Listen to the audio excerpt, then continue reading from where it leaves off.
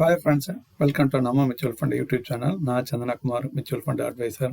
இன்னைக்கு இந்த வீடியோவில் நிப்பான் இந்தியா க்ரோத் ஃபண்டை பற்றி பார்க்க போகிறோம். இந்த ஃபண்டானது equity mutual fund mid cap category சார்ந்தது. ஒரு இன்வெஸ்ட்மெண்ட்னா அது லாங் டர்மாக இருக்கணும். அது நீங்கள் லேண்டானாலும் சரி, கோல்டு வாங்கினாலும் சரி, வாங்கிட்டு உடனே கொடுக்கணும். பார்த்தீங்கன்னா ஸ்பெகுலேஷனில் ஒரு சில டைமில் பார்த்தீங்கன்னா உங்களுக்கு லாபம் கிடைக்கலாம். ஆனால் நிறைய டைமில் பார்க்கும்போது உங்களுக்கு கண்டிப்பாக நஷ்டமாக தான் இருக்கும். இன்னைக்கு யூடியூப்லேயோ இல்லை இன்ஸ்டாகிராம்லாம் பார்த்துட்டிங்கன்னா ஒவ்வொரு நாளும் நம்ம ஸ்டாக் மார்க்கெட் மூலமா எவ்வளவு ஏர்ன் பண்ணலாங்கிறாங்க.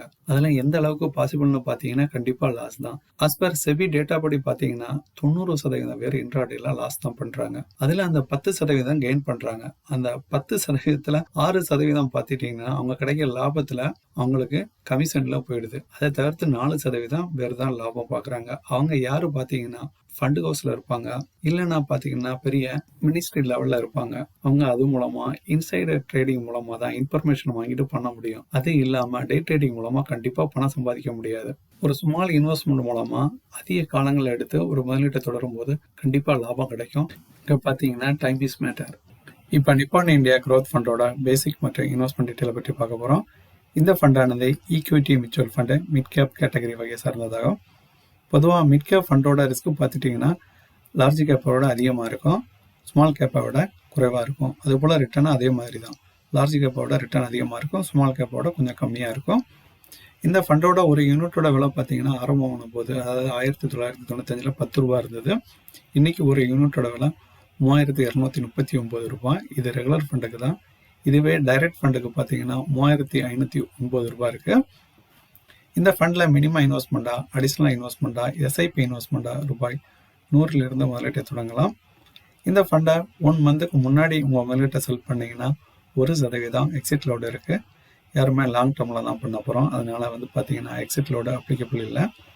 இந்த ஃபண்டை ஓப்பன் ஹேண்டட் ஃபண்டு தான் இந்த ஃபண்டு. இதனால் லாகின் பீரியட் எதுவும் கிடையாது. இந்த ஃபண்டோட ஃபண்டு கோர்ஸ் பார்த்தீங்கன்னா நிப்பான் இந்தியா மியூச்சுவல் ஃபண்டு. இது தொடங்கின போது பார்த்தீங்கன்னா ரிலையன்ஸ் மியூச்சுவல் ஃபண்டாக தான் இருந்தது. ரிலையன்ஸும் அனில் அம்பானி குரூப்பில் இருந்த கம்பெனி தான் ரிலையன்ஸ் மியூச்சுவல் ஃபண்டு. அவர் கடனில் இந்த ஃபண்டை நிப்பான் இந்தியா மியூச்சுவல் ஃபண்டுக்கு செல் பண்ணிட்டார். இந்த ஃபண்டு தொடங்கின வருடம் பார்த்தீங்கன்னா 8 அக்டோபர் 1995.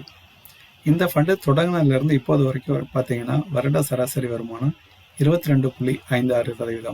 ஒவ்வொரு வருஷமும் 22.56% கொடுக்காது. இப்போ பார்த்துட்டிங்கன்னா கடந்த மார்ச் 2023 இன்னைக்கு வரை பார்த்தீங்கன்னா கிட்டத்தட்ட 55% ரிட்டர்ன் கொடுத்துருக்கு.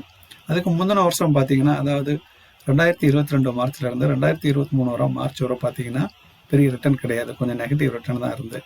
இது மாதிரி எல்லாம் ஆவரேஜ் பண்ணி தான் இந்த ரிட்டர்ன் 22.56% இருக்குது. இந்த ஃபண்டை இன்வெஸ்ட்மெண்ட் பண்ணக்கூடிய பெஞ்ச்மார்க் பார்த்தீங்கன்னா Nifty mid cap 150 total return index. பொதுவாக ஈக்விட்டி மியூச்சுவல் ஃபண்டுக்கு ரிஸ்க் மீட்டர் பார்த்தீங்கன்னா வெரி ஹை தான். இது ஓப்பன் ஹேண்டட் ஃபண்டு தான், லாகின் பீரியட் எதுவும் கிடையாது, இன்சூரன்ஸ் பாலிசி மாதிரி. இந்த ஃபண்டை நிர்வகிக்கக்கூடிய மொத்த சொத்து மதிப்பு பார்த்தீங்கன்னா 24,366 கோடி. இந்த ஃபண்டோட எக்ஸ்பென்ஷன் ரேஷியோ பார்த்தீங்கன்னா 1.66%. இது ரெகுலர் ஃபண்டுக்கு தான். இப்போ நம்ம நிப்பான் இந்தியா க்ரோத் ஃபண்டோட ரிட்டர்னை எஸ்ஐபி கால்குலேட்டரில் பார்க்க போகிறோம். மந்த்லி இன்வெஸ்ட்மெண்ட் பார்த்தீங்கன்னா மாதம் 500 ரூபாய் முதலீடு பண்ணுறோம். இந்த ஃபண்டோட ரிட்டர்ன் பார்த்துருக்கோம். வருட சராசரி வருமானம் பார்த்தீங்கன்னா 22.56% கொடுத்துருக்கு. எத்தனை வருஷம்னா 27 வருஷம் முதலீடு பண்ணியிருக்கோம். அப்போ இப்போ ஒரு ரஃப் கால்குலேஷனாக நீங்கள் பார்த்தீங்கன்னா மாதம் 500 ரூபாய்னா வருஷத்துக்கு 6000 ரூபாய் வருது. 10 வருஷத்துக்கு பார்த்தீங்கன்னா 60,000 ரூபாய். 20 வருஷத்துக்கு பார்த்தீங்கன்னா 1,20,000 ரூபாய். 25 வருஷம் பார்த்தீங்கன்னா 1,80,000 ரூபாய். 27 வருஷத்துக்கு 1,62,000 ரூபாய் முதலீடு பண்ணியிருக்கோம். ரிட்டர்ன் எப்படின்னு பார்த்தீங்கன்னா 1,11,27,511 ரூபாய் 17 ரூபா கொடுத்துருக்கு. இப்போ பேங்க்ல ஒருத்தர் ஒரு 27 வருஷத்துக்கு முன்னாடி 1 லட்ச ரூபா போட்டிருந்தாருன்னா அதோட மதிப்பு பார்த்தீங்கன்னா 10 வருஷத்துல டபுள் ஆகும். 10 வருஷத்துல 1 லட்சத்தோட மதிப்பு 2 லட்சம் வரும். 20 வருஷத்துல பார்த்தீங்கன்னா 4 லட்சம் வரும். இப்போ 27 வருஷம் கிட்டத்தட்ட பார்த்தீங்கன்னா ஒரு 6 to 7 லட்சம் தான் வந்திருக்கும். ஆனால் எஸ்ஐபியில் பார்த்தீங்கன்னா நீங்கள் நம்ம முதலீடு பண்ணியிருக்கிறது பார்த்தீங்கன்னா 1,62,000 தான். ஆனால் அதோட ரிட்டர்ன் மட்டுமே பார்த்தீங்கன்னா 1,11 லட்சம் கிட்ட கொடுத்துருக்கு. இன்வெஸ்ட்மெண்ட் ப்ளஸ் எஸ்டிமேட்டட் ரிட்டர்னும் சேர்த்து பார்த்தீங்கன்னா 1,12 லட்ச ரூபா கொடுத்துருக்கு. கிட்டத்தட்ட பாருங்கள் ஒரு 100% அதிகமான ரிட்டர்ன் கொடுத்துருக்கு இன்வெஸ்ட்மெண்ட் அமௌண்ட்டில் இருந்து. இதுக்கு தான் காம்பவுண்ட் எஃபெக்ட்பாங்க. அதாவது ஒரு சின்ன இன்வெஸ்ட்மெண்ட் மூலமா ஒரு பெரிய அசெட்டை கிரியேட் பண்ணணும்னா அது மியூச்சுவல் ஃபண்டு மூலமா இந்த மாதிரி திட்டங்கள் மூலமா தான் பண்ண முடியும். இதுதான் நிப்பான் இந்தியா growth ஃபண்டோட பார்த்தீங்கன்னா சார்ட்டு தான். இது டைரக்ட் ஃபண்டுங்கிறதுனால நம்ம 2013 இருந்து தான் பார்க்க முடியும். இந்த ஃபண்டு தொடங்கின வருடமும் 1995 தான். அந்த வருஷம் தான் எல்லாருக்குமே வந்து எல்ஐசியை பற்றி அந்த காலகட்டத்தில் தான் 90க்கு பிறகு தான் தெரிய வரும்.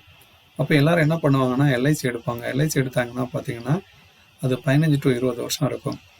அவங்க வந்து பாலிசி ப்ரீமியம் எப்படி சொல்லுவாங்கன்னா வருஷத்துக்கு 10,000 ரூபா நீங்கள் கட்டினீங்கன்னா உங்களுக்கு 20 வருஷம் கழிச்சு 5 லட்ச ரூபா கிடைக்கும்பாங்க. அப்போ யாருக்கும் அதில் வந்து பார்த்தீங்கன்னா எந்த வெளிப்படைத்தன்மை கிடையாது. எத்தனை சதவீதம் இன்ட்ரெஸ்ட் கொடுப்பாங்கன்னு தெரியாது. இதில் NAV டிக்ளேர் பண்ண மாதிரி டெய்லி அங்கே அது எதுவுமே கிடையாது. அப்போ எல்லாரும் அப்போ என்ன நினைப்பாங்கன்னா பரவாயில்ல நம்ம மாதம்னு பார்த்தீங்கன்னா ஒரு 10,000 ரூபா தான் பண்ணுறோம், வருஷம் 10,000 ரூபா தான், 20 வருஷம் கழிச்சு 5 லட்ச ரூபா. அந்த டைமில் 5 லட்ச ரூபா பெருசுனும் போட்டாங்க. ஆனால் 2015 அதை பார்க்கும்போது அந்த 5 லட்ச ரூபாய்க்கு மதிப்பே இல்லாமல் போயிடுச்சு. அந்த டைமில் ஒருத்தர் எல்ஐசிக்கு பதிலாக இப்போ வந்து மியூச்சுவல் ஃபண்டில் பண்ணியிருப்பாருன்னா அதே ரூபா தான், மாதம் 500 ரூபா தான், வருஷத்துக்கு பார்த்தீங்கன்னா 6,000 ரூபா தான்.